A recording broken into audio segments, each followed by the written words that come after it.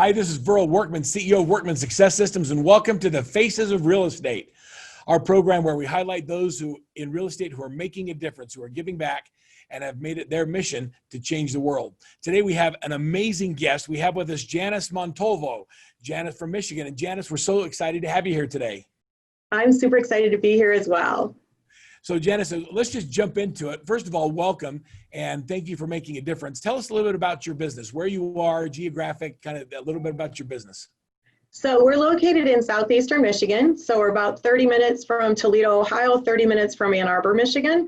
We're a small community, and I tell people that at 50, people have midlife crises and they divorce their spouse, they go on an exotic vacation, or they buy a sports car.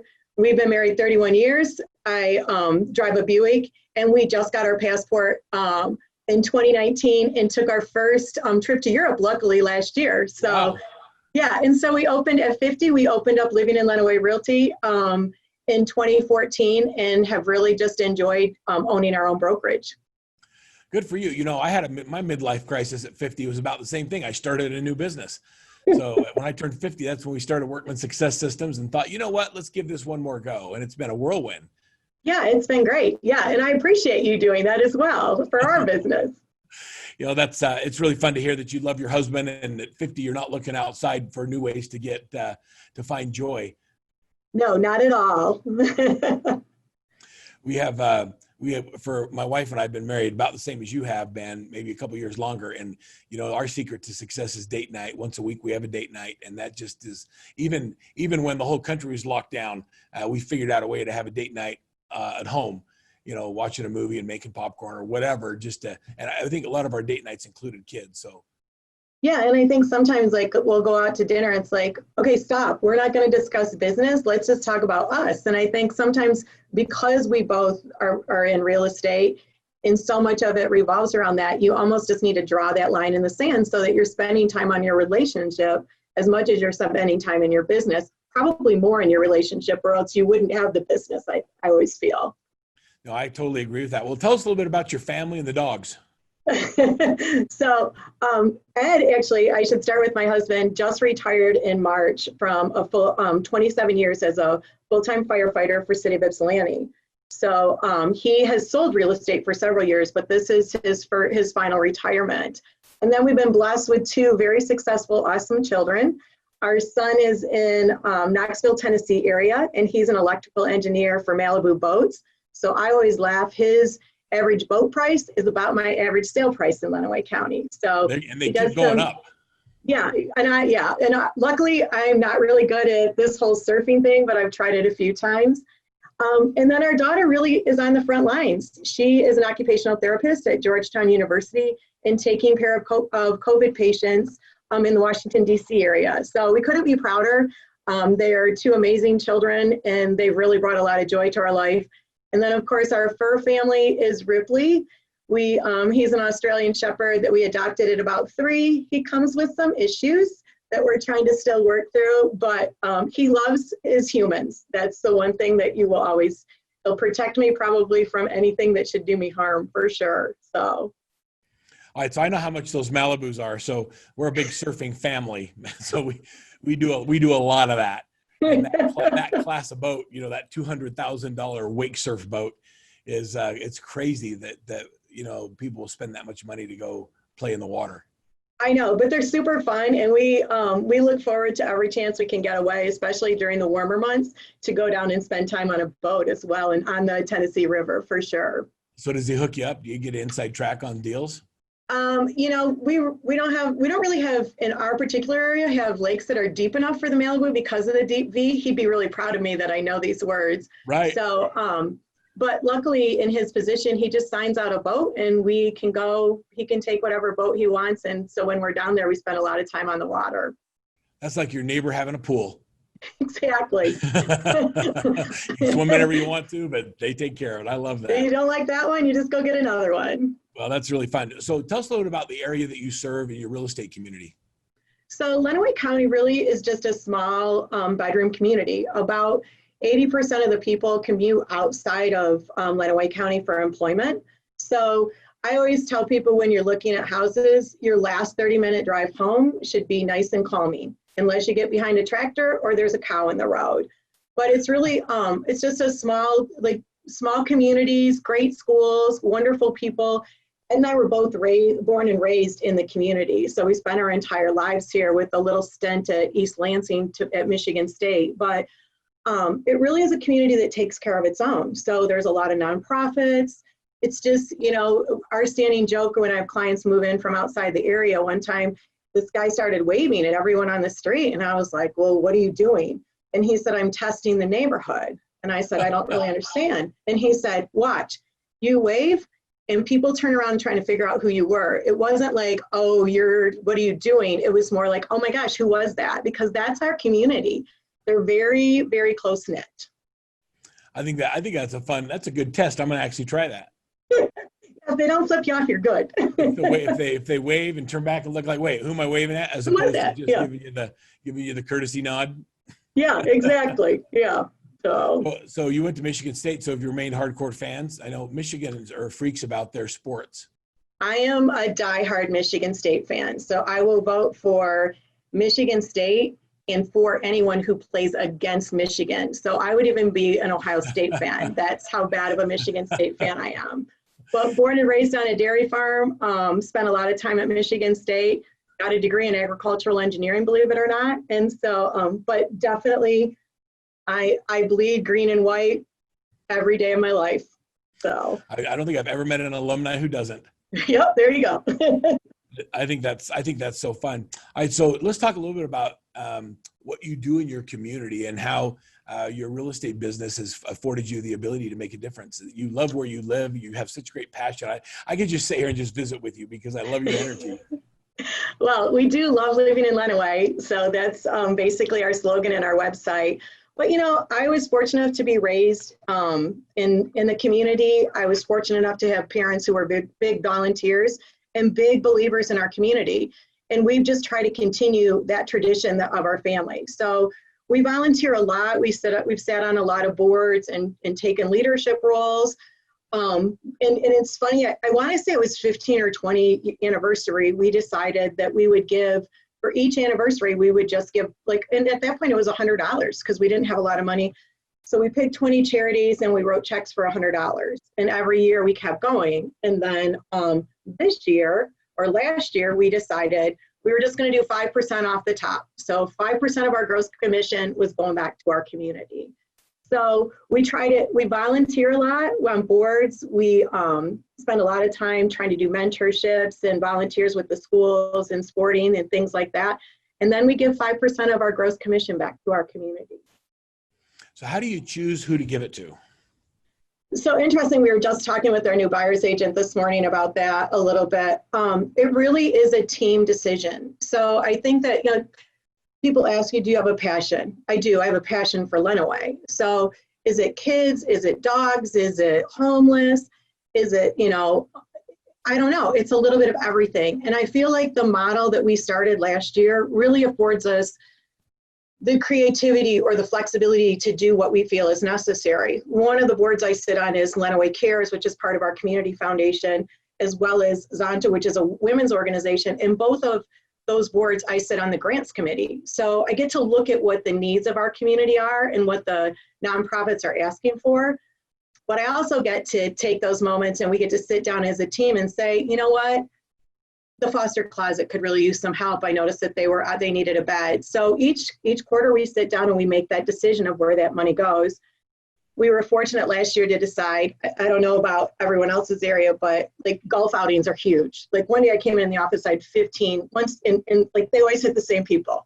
I came in, I think there were 15 invitations to sponsor a golf outing. We said, nope, we're not doing golf outings. But you know, a lot of them will do like our Goodwill or different charities will be a sponsor for their events and things like that. So we just kind of look at what the need is. Okay, so I picked on something that you said. You said, I have a new buyer's agent, and we were talking about the 5%. Is that a cultural thing? So when you hire them, do you hire them with the understanding that 5% of it comes off the top and then we do splits? Well, if she wasn't a volunteer or giving, she probably wouldn't have been hired as a buyer's agent. I mean, I feel like Carrie really adds a lot to our team because she has that same model that we have from our customer care to our agents. So she's very giving with her time and talent, and volunteers a lot in the community and understands that that's part of it, is that 5% goes right off the top. So yeah, you got to buy into the culture, you got to buy into the mission, or you can't be part of the team. I love that. So you said time and talent. Where did that come from? Time, talent, and treasure. That's the first time I've heard somebody say it like that. I don't know. I guess that's just been something that's just words that I think we use every single day in our world. I mean, I always feel like like sometimes when you're short on time, that means your business is really good, which means you have more treasure.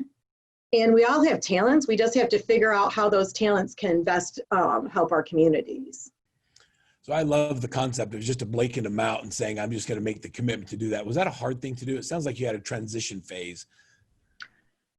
You know, it always, I think that you try to figure out, and I guess from our perspective, you want that initial to be a little uncomfortable. So just like your sales goals, just like the number of listings you have to take, just like hiring a buyer's agent, you want it to be uncomfortable enough that if you don't hit your sales goal, then you don't hit your giving goal. So I think that that's kind of, 5% may not seem like a lot, but to us, when we looked at how much that was over the course of the year, that was part of our goal. So we have I'm looking at over my shoulder at our graph on the back, but we have an awesome assistant who does a lot of visual things for her team leader. So, but it always looks at where we're at on, closings on volume and what we've given back and what our giving for that quarter is. So, and for the year. I think that's so cool that you have a visual demonstration of what that looks like. So you're always knowing, and the way you get to your giving goal is you have to perform as a real estate team. I think what a great combination. Yeah, if we don't hit that volume goal, we don't hit that giving goal. So talk to me about the impact that the giving has had on your team and on your family and even on the community. Interesting, like, and when I say time and talent, one of the things we do is a Saturday spotlight. So we go out and do a video with some of our small businesses and then turn around on Saturday morning and put it on our social media. So, we did one on Tuesday, for example. And I think that that people in our community appreciate that we're giving of our time and talent, but we also are very supportive of both our small businesses and our local businesses and also our nonprofits.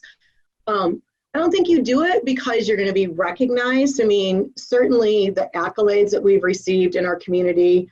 I got the Stubness Award a couple years ago, and it's just always nice to be recognized. But honestly, at the end of the day, when you put your head on the pillow, you just wanted to make it, you're hoping that it's a better world for somebody. So. Janice, can you give me a specific example of something that you've done as a team or an individual that has, made a dramatic change in someone's life or an impact that you look back and say, this is something I'm really proud of? So, and I'm going to use not even a treasure, I'm going to use a talent and time thing. One of the things that we do is our team is a pen pal for our local middle school students. So you write back and forth with your middle school student all year and they get to know you. You get to meet them and you don't meet them till the end. So you're mentoring all school year long until you get to meet them.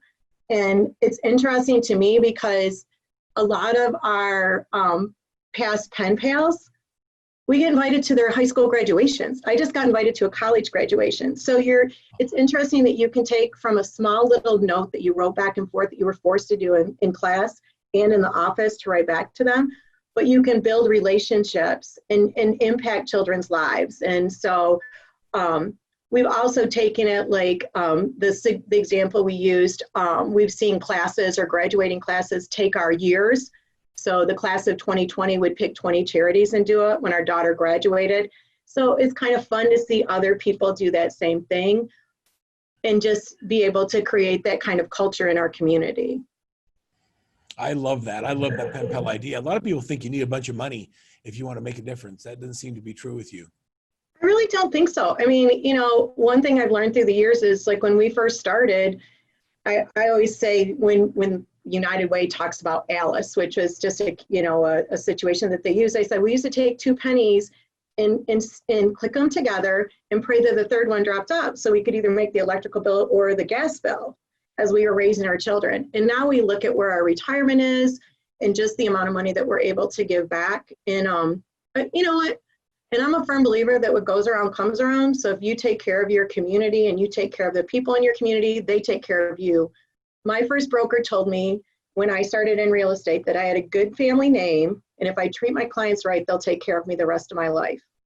And I can tell you 26 years later, he's absolutely right. So I love that. I love it.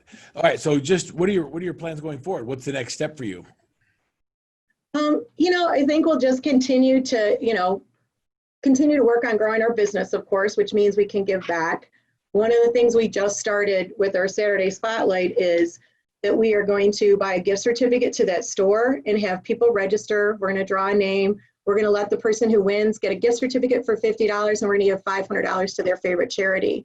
So I think that sometimes using some of those creative things, and Burley, you and I both know that by them entering, we also grow our database because we get names and phone numbers and emails and things like that. So it's not really without thought. But, you know, will we go up to 10%? Will we go up to 7%?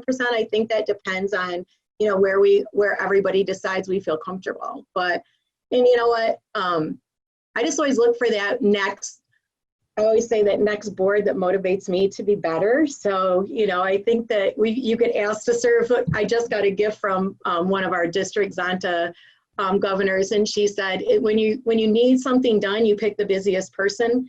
And so she came to me and asked me to volunteer, and I said, sure. You know, so I think that you just always have to have your heart open and your mind ready for what that next opportunity or challenge may be. I found that to be true. The busier people are, it seems like you attract more opportunities when your people know that you're a giver. Right. I think that's true. And you know what? There's a lot worse things to be known by. Right. So. I love that you are having continuing growth and success in your business, and it's giving you the opportunity to make a bigger difference in the community. For agents that are listening to this that are trying to figure out where to start, what would you recommend they do if they want to start making a difference?